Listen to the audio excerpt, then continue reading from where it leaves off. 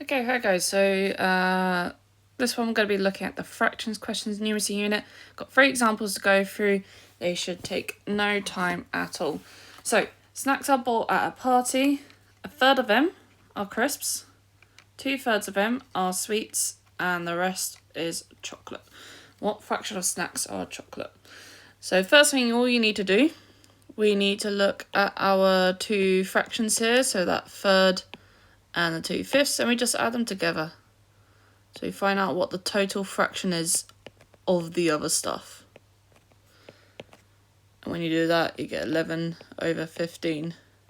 And if you know how to add fractions, maybe this is a good time to just like practice doing a little bit. We will be coming back to adding fractions properly later because it is a significant part of N5. But for the meanwhile, we're just going to use a calculator. So I found out the total fraction of the other 2 things, and all I need to do is take that away from 1, which would be 4/15. And what you should notice with that subtraction there, if I look at just the 11 and the 15,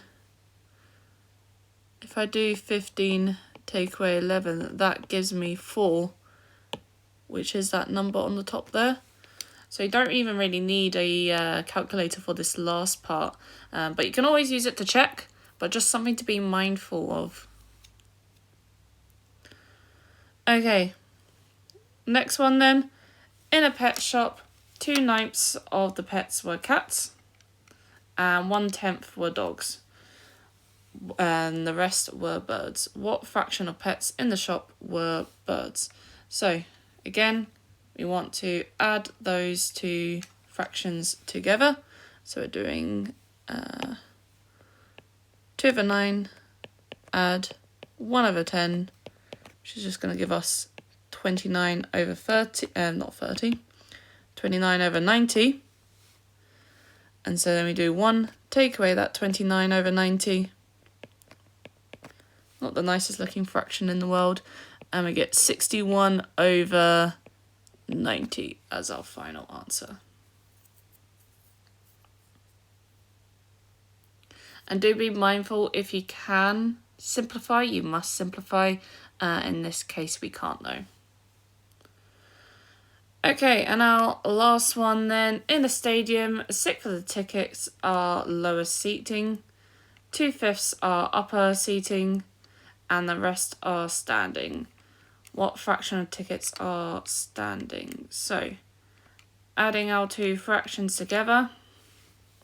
So we have 1/6 add 2/5, and that gives us 17/30. And then we do 1, take away that fraction, which would just give us 13/30. Pretty straightforward. And again, if you already kind of know how to add the fractions, this is a really good opportunity. Just practice adding the fractions, and you can check with your calculator to see if you got it right. Any questions, just let me know.